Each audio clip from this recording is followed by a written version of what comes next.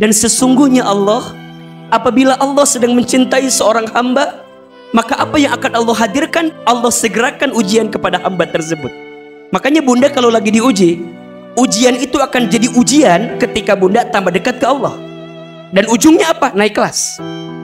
Tapi kalau ujian itu tidak membuat bunda dekat dengan Allah, maka jadi musibah. Kalau dibiarkan jadi azab, nauzubillah. Kalau dalam hidup kok makin hari makin ingin tambah taat ke Allah, ingin makin dekat ke Allah, padahal ujian makin banyak dalam hidup kita, maka catat, bunda lagi disayang oleh Allah Subhanahu wa ta'ala. Jadi kalau hari ini bunda sedang disapa dengan ujian, sedang ditimpa dengan ujian, catat baik-baik ya, Allah bukan membencimu, tapi Allah sedang mencintaimu.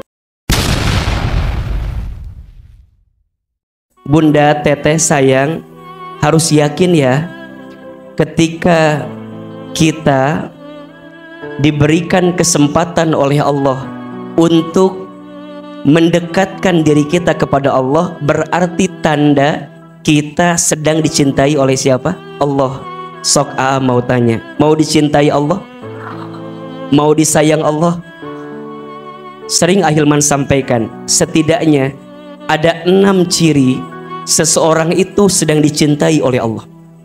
Mudah-mudahan di antara kita semua masuk ciri-ciri ini. Dan kalau bunda sudah mendapatkan cintanya Allah, pegang erat-erat, jaga baik-baik. Karena boleh jadi bunda tidak mendapatkan kesempatan yang sama di waktu yang akan datang. Kan kita nggak ada yang tahu sampai kapan Allah berikan izin waktu kepada kita. Nah pertanyaannya, apa di antara ciri kalau kita sedang dicintai oleh Allah? Setidaknya ada berapa? 6. 1, orang yang sedang dicintai Allah itu, maka Allah akan berikan ujian kepadanya. Jadi kalau hari ini bunda sedang disapa dengan ujian, sedang ditimpa dengan ujian, catat baik-baik ya, Allah bukan membencimu, tapi Allah sedang mencintaimu. Artinya apa? Jika ada ujian yang menimpamu, yang menghampirimu, yang menyapamu, bukan Allah membencimu, justru Allah sedang mencintaimu. Maka mulai hari ini bunda sayang, jangan pernah bilang, kok Allah nggak adil ya sama saya, kok Allah nggak sayang ya sama saya.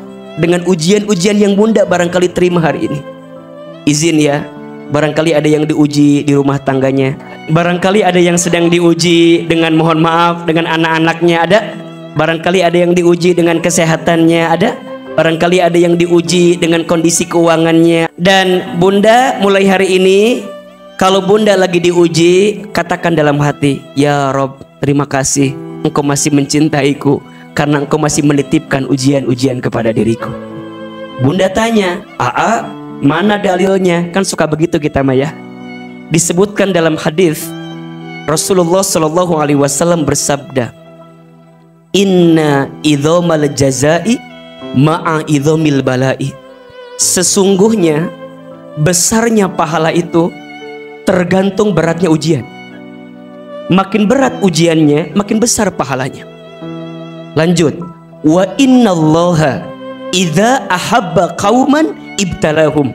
Dan sesungguhnya Allah, apabila Allah sedang mencintai suatu kaum, apabila Allah sedang mencintai seorang hamba, maka apa yang akan Allah hadirkan? Ibtalahum, Allah segerakan ujian kepada hamba tersebut. Apa yang Allah inginkan? Faman radiya falahur ridha, wa man sakhita falahus sukhtu. Barang siapa yang ridho dengan ketentuan Allah, maka Allah ridho kepadanya. Dan barang siapa yang benci dengan ketentuan Allah, maka Allah pun benci kepadanya.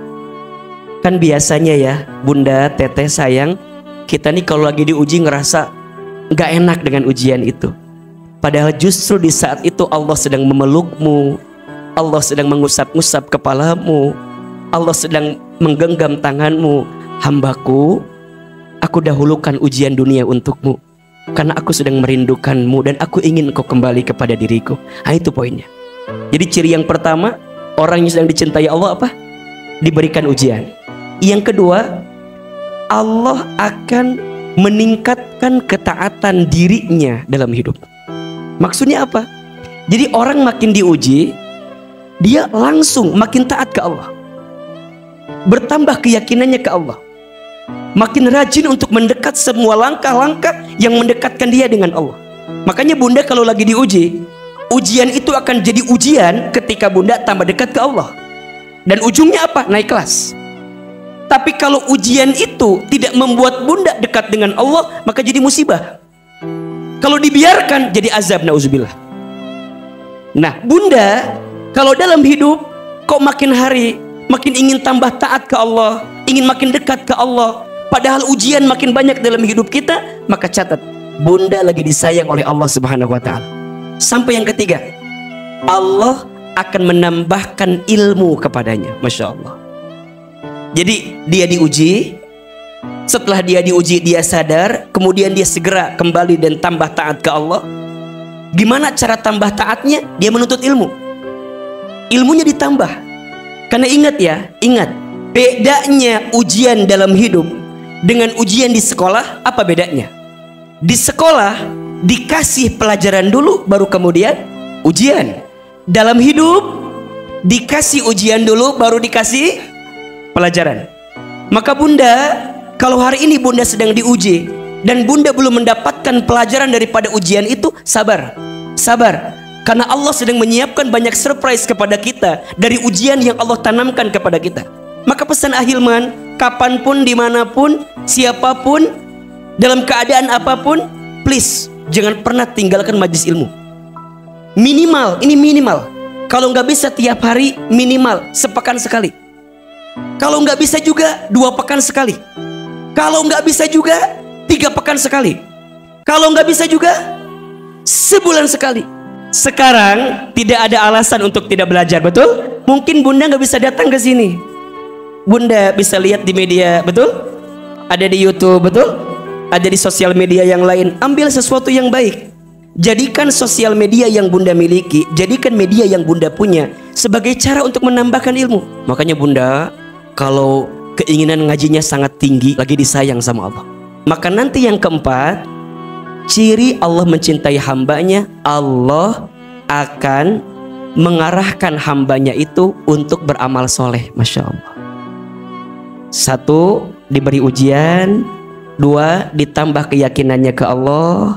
3, ditambahkan ilmunya. 4, diberikan keinginan untuk apa? Beramal soleh. Jadi dari ilmunya bukan untuk jadi tambah pinter sekedar itu, bukan, tapi jadi tambah amal. Sampai yang kelima, amalnya istiqomah. Masya Allah. Jadi diistiqomahkan dalam amal itu.